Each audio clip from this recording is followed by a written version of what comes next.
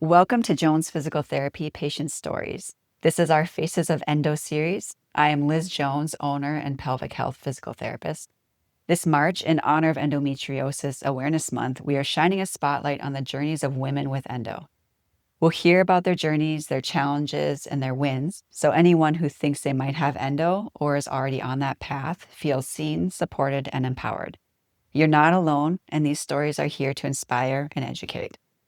Today, we welcome Taylor. I had the honor of being a part of Taylor's journey in 2024. So welcome, Taylor. Yes, thank you. So can you give us, we're having everyone do this, give us your little stat sheet, kind of give us the rundown. Yeah, so I have been married since 2015, so 10 years now, and I'm 32 and I have two kiddos who are ages 7 and 8. I am about a year and a half out from excision surgery and a hysterectomy with Dr. Duke. Okay. So let's go back to the beginning of your journey with Jones PT. I first met you in 2024. So what were your symptoms when you came to Jones PT? You can say what brought you here and what had been your health journey up to that point. Yeah, so I actually somewhat ended up at Jones. Jones ended up being a light at what I thought was an end of a tunnel. It was really just the beginning of a tunnel. I had an excision surgery locally here in Bismarck in 2023. And at that point, I was told that I didn't have endometriosis, even though prior to that, I did the whole heavy cycles and years of doctoring for women's health and kind of just the same old stories. Like sometimes that happens to women. And so then when I ended up with this excision surgery and I was told that, well, I didn't have endometriosis, I had kind of pushed at that point. I had found Nancy's Nook. And so I had found some other options there. And so I ended up actually at Mayo Clinic in Rochester, Minnesota. And unfortunately, because of my excision surgery locally, they said that since I had had an excision surgery and it was not endometriosis, that they wouldn't really doctor more beyond that. Mm-hmm. So at that point, they suggested, well, I took a pain clinic while I was there, which was fascinating, but I don't know that it really was what I needed.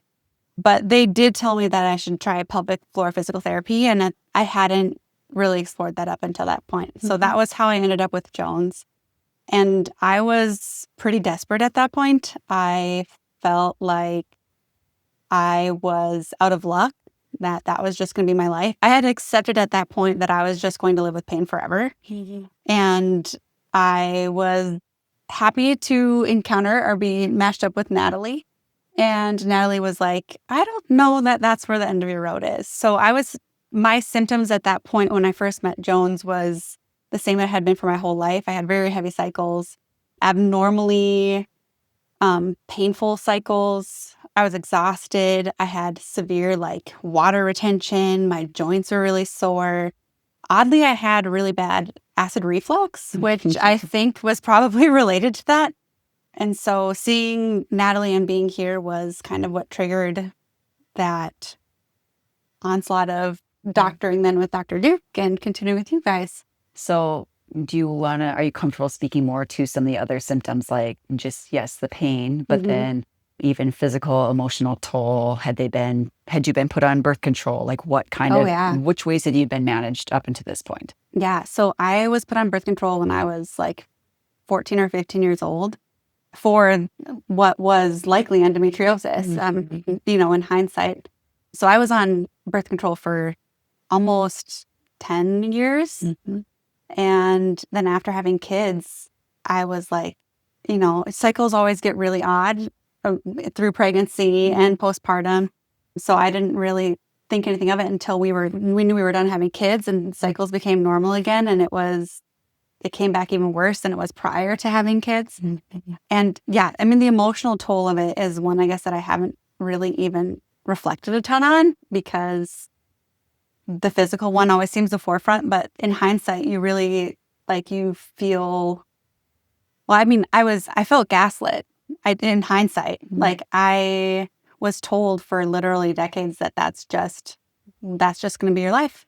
There's nothing we can do about it. There's nothing wrong with you. So emotionally, I felt really weak. Like, I felt like maybe I'm just a weenie. Yeah. But the emotional piece of it played a lot into how I was responding physically too. Mm-hmm. Um, And when I met you, you know, you are you're a very active teacher. You love what you do. You giggle when you talk about your husband, right? Like you have so many areas of your life that are well supported. And you had shared with me that you even trained for a half marathon, but you still just couldn't shed weight. Even when you oh yeah. ate super healthy, you're like, Hmm. no matter what I do, like Yeah. I can't lose the weight. I can't. And I wouldn't say you looked overweight when I first met you. I know you weren't happy with, like you said, like the retention of fluid and just Hmm. the puffiness. And that was all going on too, which is deflating, right? Yes. Yeah. And I had even forgotten about that prior to my surgery. So this May of 2023, I ran a half marathon and I was at my heaviest weight I'd ever been. Mhm. Um, and I trained for that half marathon and I worked my booty off to get to that. And I remember crossing the finish line and being so disappointed that I still felt like I did. Like I just did this amazing thing, and yet my body still is what it is. I'm still in pain. Mhm. The water retention was horrid. I didn't wear my wedding ring for like a year and a half because I couldn't get it on. And it wasn't like needing to be resized. I have resized it and I'm wearing it now. It was just that lymphatic piece of the endometriosis that likely played a big role in that. Mhm. Yes. So when did you first consider your health problems could be related to endo? I ended up here in a really backward way. I think I was postpartum actually.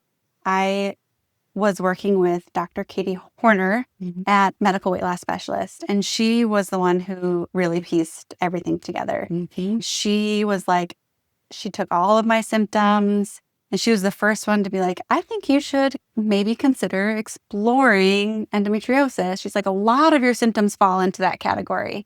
And so even some symptoms that didn't seem like they would to me, but like I had a lot of sinus issues.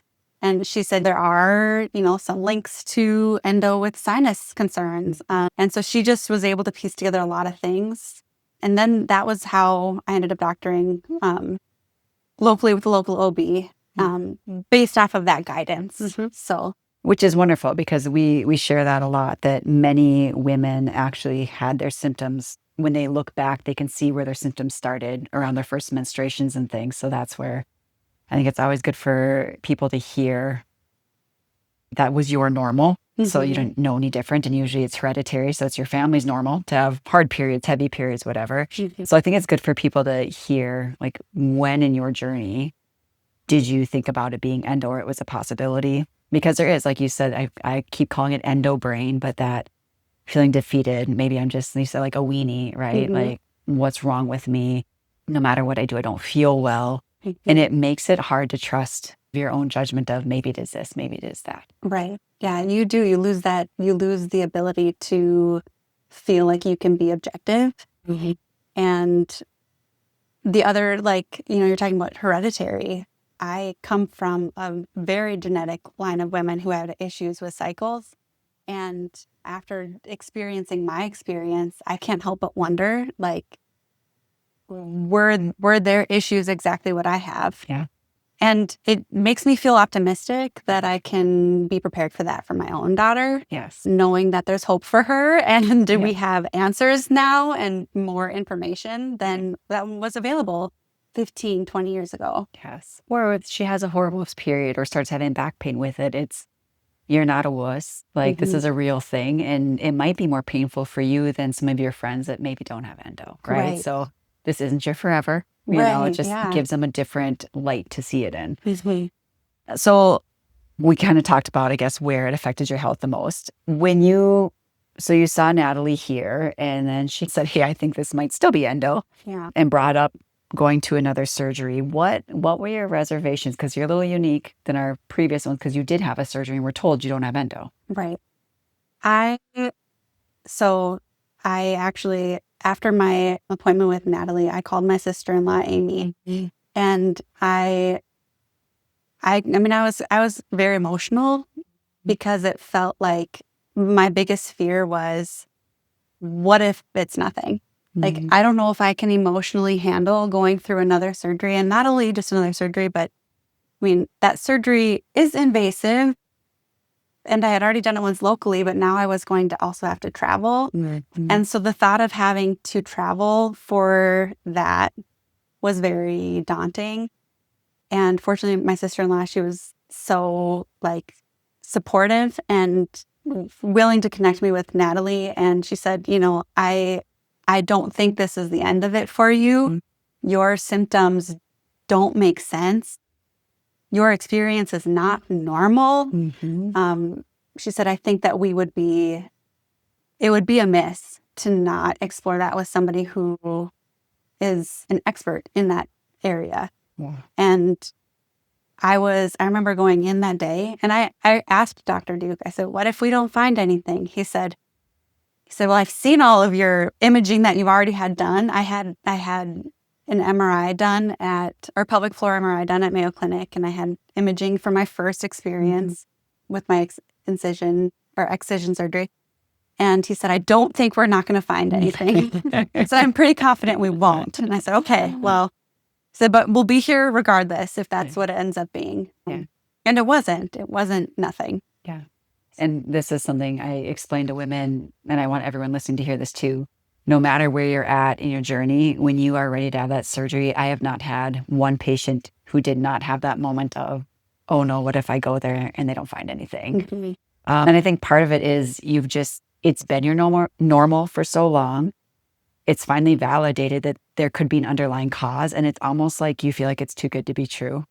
And then, like I said, in your case, I commend you for having the courage to go through with it, because it's hard enough to go through with that when you already feel like, I mean, for me, I always felt like I was a burden financially and medically to my family, because it's like, my husband's like, man, you know, I'm like, I just don't feel well. I don't feel well. And now we're having to travel out of state. We're having to organize the kids and be off work and, you know, all of the things, right? So yeah, I commend you for following through with it, because it's hard even when you have not had somebody you trust say you don't have endo. So how did you feel after surgery? What were the results of surgery? Well, so the first thing, both surgeries, my one that I did in 2023, I woke up and I asked my husband, I just looked straight away and I said, did they find anything? And he just shook his head, and I just immediately started crying, right? And so when I woke up in Idaho and I was like, did they find anything? He said they really did. And Dr. Duke let him video the post-op conversation that he had with Dr. Duke. So there were, you know, a lot of images, and it was very transparent then to what was found. And they found endo in 9 spots. And I had Allen Masters windows in my uterine wall, I guess, and pelvic wall. And which, you know, is a scarring that only endometriosis can create. So Dr. Duke was pretty confident that it was something I had likely been dealing with for a very long time. And so to wake up on the other side of that was, I cried then too, but it was a different cry. It was a relieved cry. I felt like I'm finally going to start feeling more like a normal human. And the reflux, tell them about the reflux. What happened after surgery? Oh, yeah. So, and Dr. Duke was so great. He called me personally 2 weeks post-op. He's like, just checking in, because we're in Idaho. I mean, he's like, where it doesn't make sense for you to come back to Idaho. So he worked with me to find local providers who could, you know, help answer questions and check on things. And he was like, we were talking through some of the, how are symptoms feeling? How are you feeling? And I remember asking him, I said, my reflux has completely gone away. And I had like really bad acid reflux. Like I had even had prescription medications for my reflux. And he was like, oh, you know, he's like, I think that's probably normal. He said, you know, I had endo and I had adenomyosis. And so he talks about the uterus being bogged down, which was good, because that was also what you had kind of said too. You were like, there's a good chance that your acid reflux will continue to feel better following that hysterectomy. And I called Taylor. It wasn't very long ago, because sometimes I'll tell patients, you know, we've had this patient who had the reflux go away, and I thought, I better check with Taylor. Did it stay away? Because I don't want to give people false hope. And you're like, no, it's gone. Like, I I don't have it anymore, which is No. amazing. Mhm. How was your fatigue? How your other symptoms? How have they been? Overall, really good. I think that one of my like most bright lights about all this was that when I had originally went to work with Dr. Katie Horner at medical weight loss specialist, I was looking to start fixing some of my hormonal imbalances and that kind of stuff. And there was a huge relief of following surgery. I was able to be like, okay, now I get to start at a clean slate. And I get to completely start back over. Yes. So doing PT here post-op and then being able to connect with Dr. Katie again and be like, hey, I'm on the other side of it I now. don't have endo undermining everything we're going to do. Right. And that was kind of her point too. She's like, when you have a disease like endo, she's like, we can tweak all these things and it might not ever impact it. Yeah. And so I've been working back with her again. And it's amazing how responsive my body is to things now that it's not constantly fighting endometriosis. Yeah. And for those of you listening, Katie Horner at Bismarck Medical Weight Loss is phenomenal. She's a NP or PA? NP. Okay. Yep. Yeah. And she really takes a really big look. She really broadly looks at the whole body, whether it's an insulin resistance thing, a PCOS, endo. She is phenomenal. And what I love is she will do labs and blood work to figure out, is it thyroid, this, that. So for some of you out there, and she is wonderful. I've had patients go to her with, male patients that just for weight loss, and she does such a good job of looking at the whole body. So for those of you listening, that's a great resource for you also. How would you say your life is different now than before surgery? I feel consistently like I don't constantly have a cloud hanging over me. I'm able to be an active mom without being held back by pain. I'm able to be a better teacher and a more active teacher. I teach music, and so being specifically elementary music. So I spent a lot of my day running and skipping and crawling. And so her rehab was awesome, by the way, you guys, because she doesn't sit at a desk. She doesn't, you actually didn't need much from us after surgery. Right. Well, I mean, what you did was a big help, and I was grateful to have that guidance. But it was, it was active, and I feel like I'm able to be that, which is what I want to be. It makes just everything feel a little bit brighter and a little bit easier to function. And I feel like there's this, like, you don't feel like a shell of yourself, right? Yeah. Like you actually feel real joy. Yes. You don't choose happiness, you feel real joy again, which I feel like for me, I didn't realize when I had lost that. You just start putting one foot in front of the other. Like, I can make it through today. I can make it through today. How would you say your energy fatigue levels? I feel significantly more energetic than I did when I was constantly battling.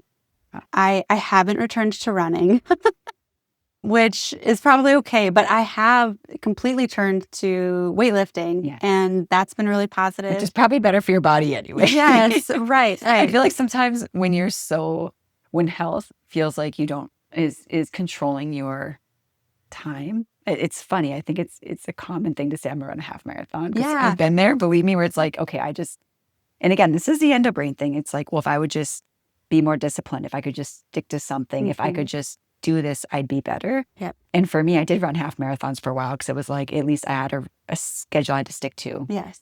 And I could see it.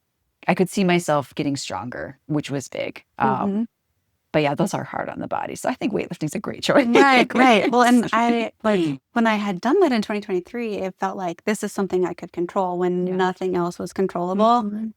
And so when it didn't, it was fine. I ran a half marathon, and there should have been a lot of joy with that. And my brother-in-law did it with me, and it was so nice to have a support system. But I remember just being so upset with my body. Yeah. And so to be on the other end of that now, and so maybe that's why I haven't returned to running, that there's maybe a little bit of like, I don't know. PTSD. Yeah, a little bit. But so lifting weights, I feel stronger than I've ever felt. I'm lifting way more than I have ever been able to lift because I have access to my body. Yeah. And I think there's a very real wave of emotions that come after surgery. And I think there is a very genuine grief in how hard you pushed your body when it wasn't well. Mhm. but you didn't know any different at the time because you had to function. And I Right. think it's hard sometimes to unpack all of that emotion of a sadness of how hard you pushed, a grief of what your body went through, and almost reconciling with your body. Like, okay, now, like you said, now a clean slate, right? Yeah. Where now I can listen to the signals my body gives and respond to them. When I'm fatigued, I slow down Right. because you don't just have to push through exhaustion all the time. Right. Absolutely. Yeah. And there's a big piece of it too, where you talked about the impact that it has on your loved ones and your support Mhm. system. I, I know that it was a big burden on my family, and I know that it was a burden on my kids, and I know that bogged down Taylor was a burden on my extended family. Yeah. And in hindsight, it's kind of amazing that they stuck around like they did and supported me like they did.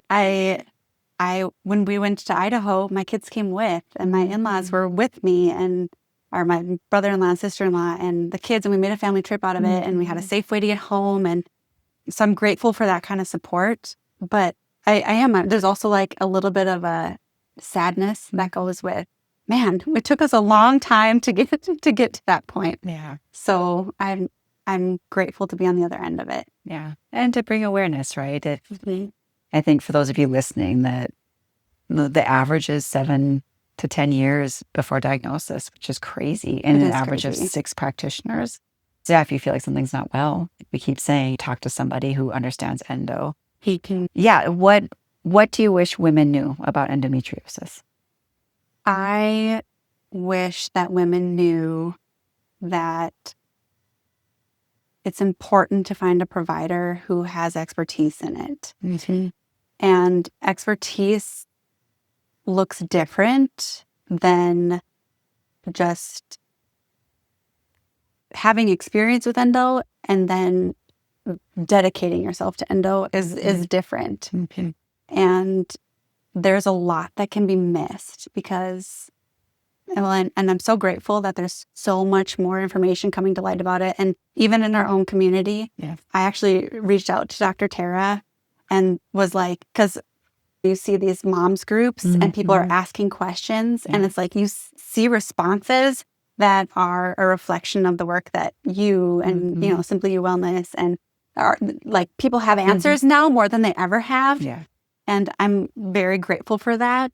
And that's my biggest desire for endometriosis patients, is that they can find the information that they need and not have to go through 6 providers and a surgery and trips out of state that are not fruitful, but find their answers right away. Mm-hmm. Yeah, I couldn't agree more. It's a perfect segue into Endo ND, the website that is available now.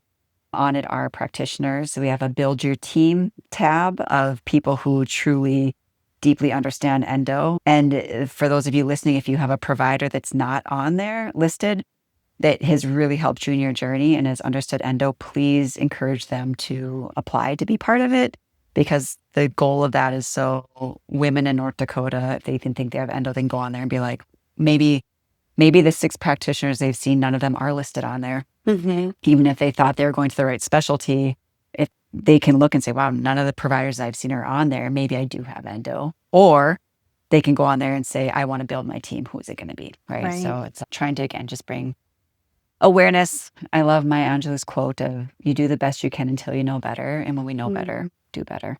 Right. Which is life in general. So. Absolutely. Yeah. So thank you, Taylor, so much for taking thank time you. out of your day. Her kiddos are lovingly playing in the other room while we talk.